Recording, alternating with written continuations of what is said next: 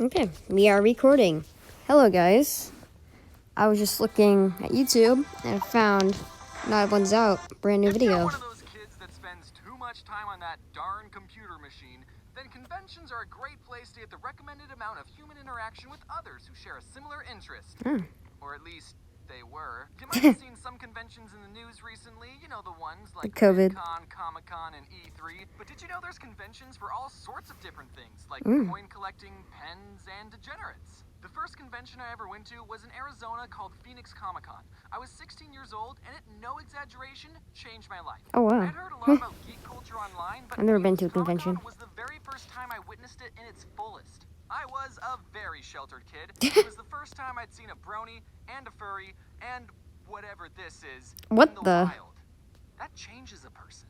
I was told that it was not cool to like geeky things. And as What? a 16-year-old, I tried really hard to make it seem like I didn't secretly like a bunch of geeky things. But people at Comic-Con just embraced nerd culture, like they didn't care what people thought of them or something.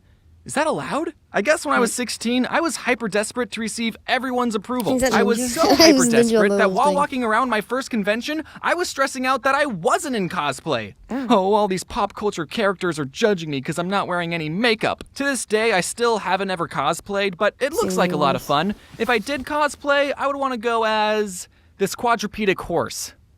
Also Spark from Pokemon Go. I went to one panel called How to Make Steampunk Weapons, but instead of teaching us how to weld real-life weapons powered by steam, the people on the panel taught us how to paint Nerf guns to make them look like they were powered by steam. And that was, no exaggeration, the most disappointing panel I've ever been to. There was also a panel for bronies, but I was too chicken to go. Did I mention that my grandfather, who I'm named after, got drafted into World War II when he was 18? He fought in a war so I could go to a comic convention and be too nervous to talk to bronies.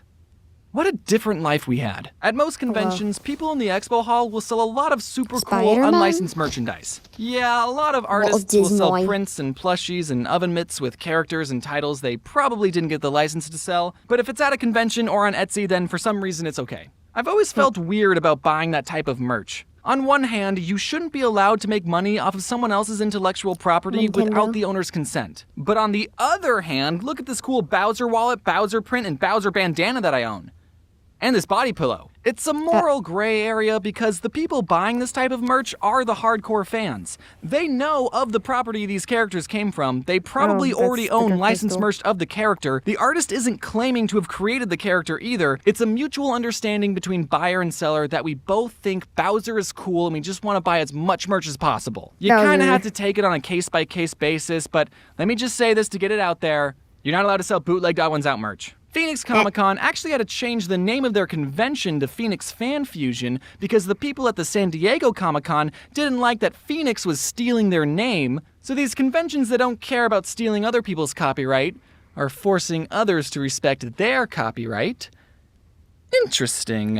As some of you may know, Interesting. since 2012, I have become a little more successful. And in 2019, yes, you I got have. invited to be a guest at Phoenix Fan Fusion, which is my home convention. The really crazy part is the convention put me in the celebrity line, like next to the people where you have to pay for photos and autographs. Oh, I didn't wow. charge my fans for anything, so that made my line appear a lot longer than others. And my line was, no exaggeration, right next to Jeff Goldblum's line. I was gonna make eye contact with Jeff Goldblum! Jeff showed up for a couple hours on wow. Saturday, and when he came out from backstage, everyone in his line and my line started wooing and clapping, and even I was like, woo! And then Jeff took a look at my line, then looked at me, and then gave me a nod of approval, saying, "Not bad, kid." He didn't say it out loud, but I could tell he said it with his eyes. He also said that I looked kind of cute, so oh, thanks, Jeff. The first time I went to VidCon, that Oh my also, God. no exaggeration, changed my life. Again. It was the first Again. time I met all these YouTubers that Oh, I've yeah, been there's Mr. watching for Beast. years, and okay, Paul. I'll admit, at first I was kind of fanboy-y, but I've gotten completely desensitized meeting other YouTubers and feel no joy anymore. When I meet another YouTuber, I say, "Oh, you make videos in your bedroom? Me too." People know that you're a bedwetter too, right? No? That's just me then? If you've ever given me something at a convention, then you'll be happy to know that I've kept everything I've ever been given. Oh, wow. Unless you're the guy that gave me a plastic baggie full of water and other junk and called it a homemade snow globe. I used to collect snow globes, so it was a nice sentiment, but I didn't want to take it home with me and have it inevitably break and get all the important fan art wet, so I chucked it. And as I'm telling you this, there's some poor kid out there going, "Hey, he's talking about my snow globe. He threw it away?" And now I feel bad, so...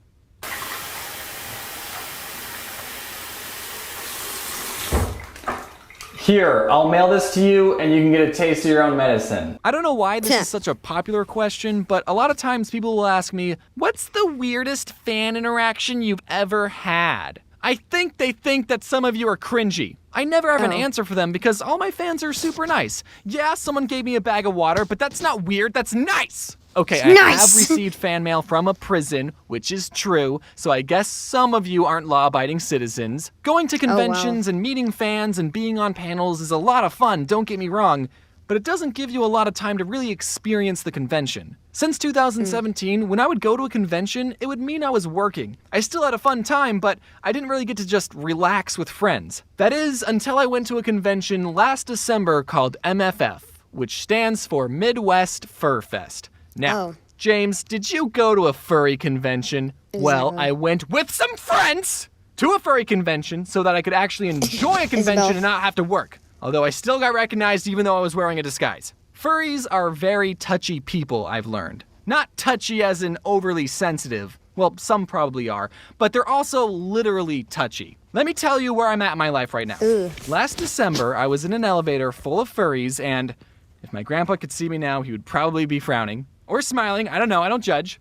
We were all crowded in, there was a moose breathing down my neck, and we stopped at a floor because more furries wanted to come in. So I backed up to make more room, but I backed up a little too close to the moose, and he grabbed my hips, and I went, "Ah!" in my mind. I didn't say it out loud. In real life, I went... So that was probably the weirdest fan experience I've had, if you were still wondering. I don't know if he was a fan of my YouTube, but he was definitely a fan of my body. Or he was drunk. I don't know. Again, I don't judge. I was debating on whether or not I should include this story, but I think it would be a good lesson for everyone to hear. Here's my James PSA. This message is for everyone, and especially furries. Don't touch people without their permission. In the moment, I stayed quiet, but that sort of behavior isn't okay, and I should have spoken out. Hopefully, most of you are mindful of other people's personal space. However, at least one of you went to prison, so...